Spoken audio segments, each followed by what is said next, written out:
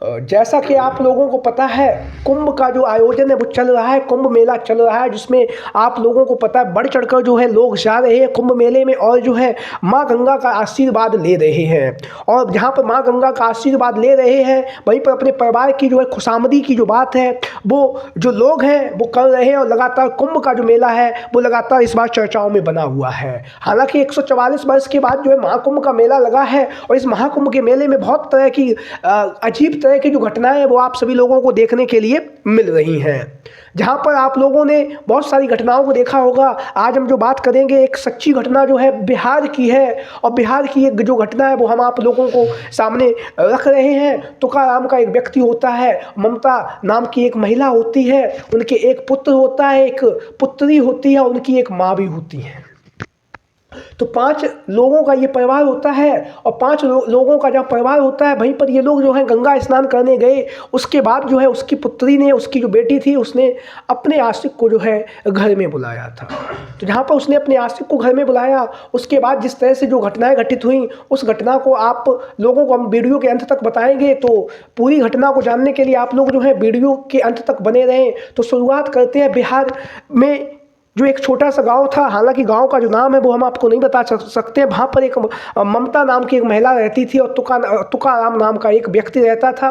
उसके 2 बच्चे थे, लड़की थी जिसका नाम डोली था, एक लड़का भी था, और उनकी एक जो माता भी थी तुकाराम की। तो 5 लोगों का ये जो परिवार है बिहार के एक छोटे से गाँव में रहता है। और तुकाराम जो है जब उनके बच्चे छोटे छोटे होते हैं तो वो अपना जो गुजारा है वो गांव में रह के खेती बाड़ी करके जो है अपना गुजारा चला लेते हैं। लेकिन जैसे जैसे बच्चे बड़े हो जाते हैं फिर उनका जो गुजारा है वो खेती से नहीं चलता है। इस बात को ध्यान में रखते हुए तुकाराम जो है अपनी जो खेती है वो खेती को दूसरे व्यक्ति को सौंप कर जो है दिल्ली पहुंच जाते हैं कमाने के लिए। जब वह दिल्ली में पहुंच जाते हैं वहाँ पर एक कंपनी में वह काम करने लगते हैं और वहाँ से उन्हें वो जो है बहुत सारा पैसा भी मिलने लगता है और जो पैसा है वो अपने घर में भेजने लगते हैं और उनकी जो स्थिति होती है वो स्थिति सुधर जाती है। धीरे धीरे जहाँ पर तुकाराम लगातार शहर में कार्य कर रहे थे वहीं पर उनके जो बच्चे थे वो बड़े हो रहे थे। तुकाराम के द्वारा जो है अपनी पत्नी ममता से कहा जा रहा था कि हम पहले जो है अपनी बेटी की शादी करेंगे, बेटे की शादी बाद में करेंगे, क्योंकि अभी हमारे पास पैसा है और पैसा है तो बेटी की जो शादी है उसे हम बड़ी धूमधाम से करेंगे। तो इतना कहने के बाद तुकाराम जो है शहर में ही रहता है। लेकिन जैसा कि आप लोगों को पता है महाकुंभ का जो आयोजन है वो आयोजन हो रहा था। तो इस बात की जब गाँव के अन्य लोग भी महाकुंभ के मेले में जा रहे थे तभी जो है तुकाराम की जो पत्नी थी ममता, उन्होंने तुकाराम से कहा कि आप घर पे आ जाइए, हम सब लोग मिलकर जो है कुंभ के मेले में जो है माँ गंगा स्नान करने चलेंगे, माँ गंगा का आशीर्वाद लेंगे। तो तुकाराम को यह बात अच्छी लगती है और वह अपने घर आ जाता है। फिर तुकाराम अपनी पत्नी ममता और जो है अपने लड़के को लेकर जो है मदद के लिए जो है वहाँ पर किसी की मदद ना लेनी पड़े इसलिए अपने बेटे को जो है अपने साथ ले जाता है। जिस लड़के की उम्र लगभग 15 साल रही होगी और जो लड़की होती है उसकी उम्र लगभग 20 से 21 साल रही होगी। वहीं पर उसके घर में जो है उसकी बेटी जिसका नाम डोली होता है और उसकी जो माता होती हैं, तुकाराम की जो माँ होती हैं, वृद्ध माँ होती हैं और वो होती हैं 2, यानी कि दादी और पोती जो है घर में रह जाते हैं। बाद बाकी ये जो लोग हैं वो गंगा स्नान करने के लिए महाकुंभ चले जाते हैं। वो अपनी बेटी को घर की जिम्मेदारी सौंप के जाते हैं और घर की जिम्मेदारी सौंपने के बाद वे अपनी बेटी से कहते हैं कि 2 दिन बाद जो है हम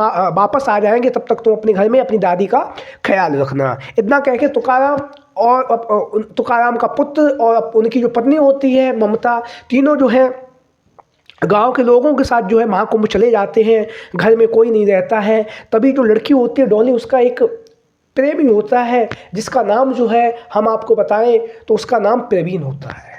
तो वो प्रवीण को फ़ोन करती है और फ़ोन करने के बाद वह प्रवीण से कहती है कि घर पे आ जाओ, घर में कोई नहीं है। तो इस बात को कहने के बाद जो है वह अपना फ़ोन जो है कट कर देती है। उसके बाद जो है समय बीतता है। प्रवीण जो है शाम के 8 से 9 बज रहे थे।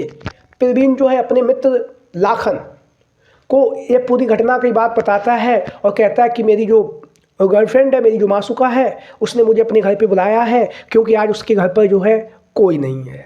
जब ये बात लखन ने सुनी तो लखन ने प्रवीण से कहा, ये कैसी बात कर रहे हो, हम आपके साथ चलने के लिए तैयार हैं, लेकिन परवीन ने जो है लखन से ये भी कहा था कि अगर बात बन जाएगी तो हम तुम्हारे साथ भी जो है काम करवा देंगे।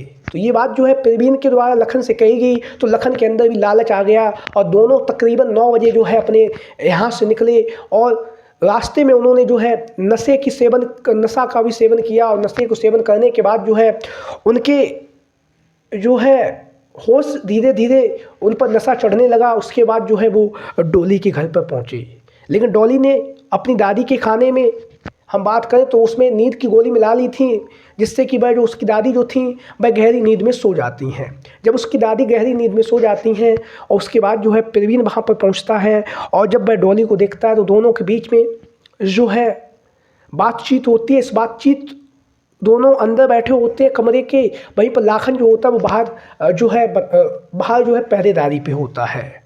लाखन बाहर पहरेदारी पे होता है और डॉली जो है अपने जो मासूक होता है उसके साथ में जो है बातचीत कर रही होती है और कह रही होती कि अब जो है हमारी शादी होने जा रही है, हमारे पास अब शादी के बाद जो है समय नहीं मिलेगा, इसलिए जो भी है आज हम लोग कर लेते हैं, ऐसा मौका फिर कभी बार बार नहीं आएगा। तो धीरे धीरे दोनों ने आपस में बातें हुई और आपस में बातें होने के साथ ही साथ जो है दोनों एक दूसरे के साथ जो है संबंध बनाने लगे। संबंध बनाते हुए दोनों की जो बात दोनों जो है आवाज़ों के साथ जो है आवाज़ बाहर आ रही थी और जो आवाज़ बाहर आ रही थी तो वो लखन को कहीं ना कहीं काफ़ी ज़्यादा जो है उत्साहित कर रही थी। तो लखन ने खिड़की से झांक के देखा तो उसने उसकी रिकॉर्डिंग बना ली।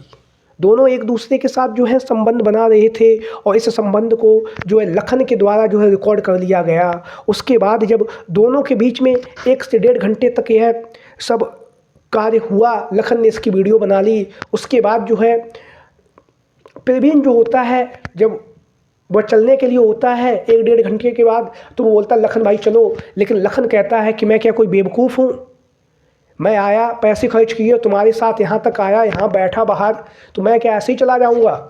तो ये बात जब परवीन ने लखन की सुनी तो कहीं ना कहीं जो परवीन जो है लखन को समझाने का भी प्रयास करता है, लेकिन लखन जो है उसकी बात नहीं सुनता है। लखन फिर डॉली के पास जाता है और डॉली से जो है समय बिताने की जो बात है वो लखन के द्वारा की जा रही थी।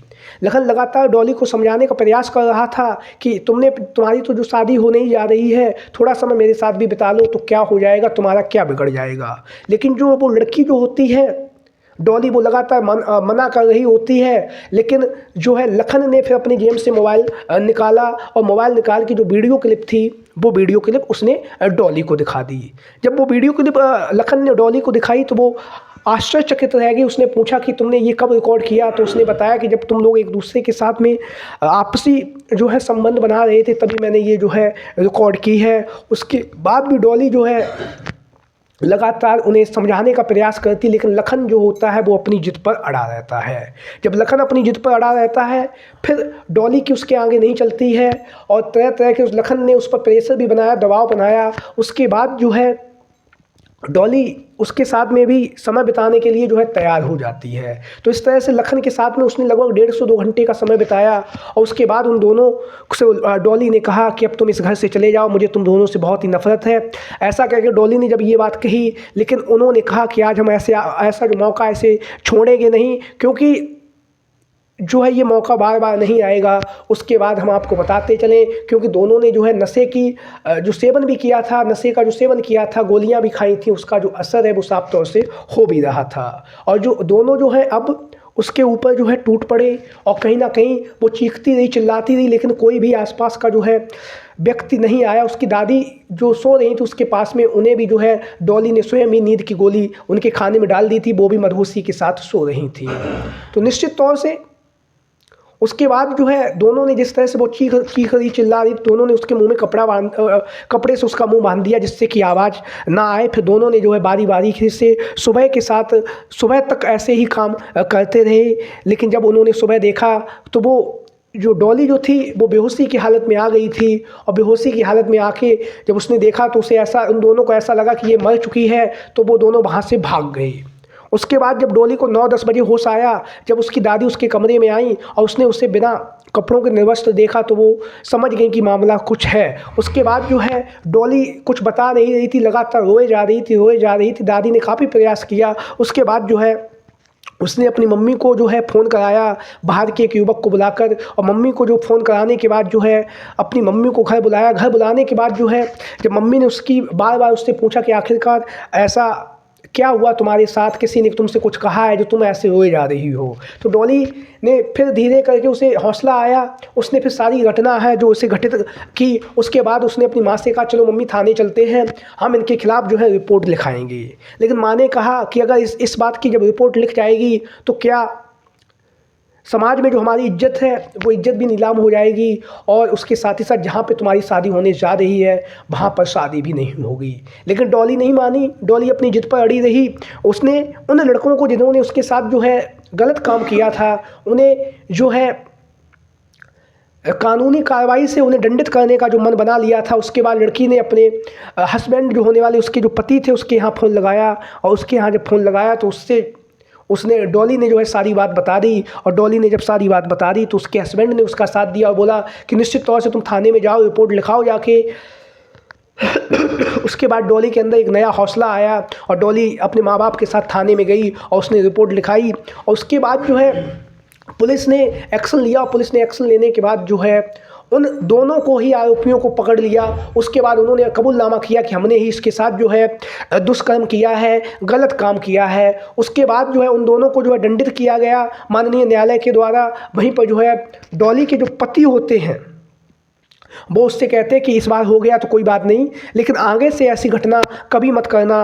और इतना कहने के बाद उसके जो पति होते हैं, होने वाले जो पति होते हैं, जो वो उसका भरपूर साथ देते हैं। तो आप लोगों की क्या राय है? क्या डॉली ने जो किया वो सही किया, या फिर क्या डॉली की जो माँ थी क्या उन्हें इस तरह से अपनी जवान बेटी को घर में अकेला छोड़ के कुंभ के मेले में नहाने जाना चाहिए था? आप लोगों की जो भी राय हो, जो भी विचार हो, वो आप लोग कमेंट बॉक्स के माध्यम से अपनी राय और अपने विचार दे सकते हैं। हमारी इस कहानी को बनाने का उद्देश्य सिर्फ और सिर्फ समाज में जिस तरह से जो घटनाएं हो रही हैं उन घटनाओं से अवगत कराना है। मेरा किसी भी व्यक्ति से या किसी की भावनाओं को आहट कराना जो है हमारा उद्देश्य नहीं है। चैनल पर पहली बार आए तो चैनल को सब्सक्राइब करें, वीडियो को लाइक करें। जय हिंद, जय भारत।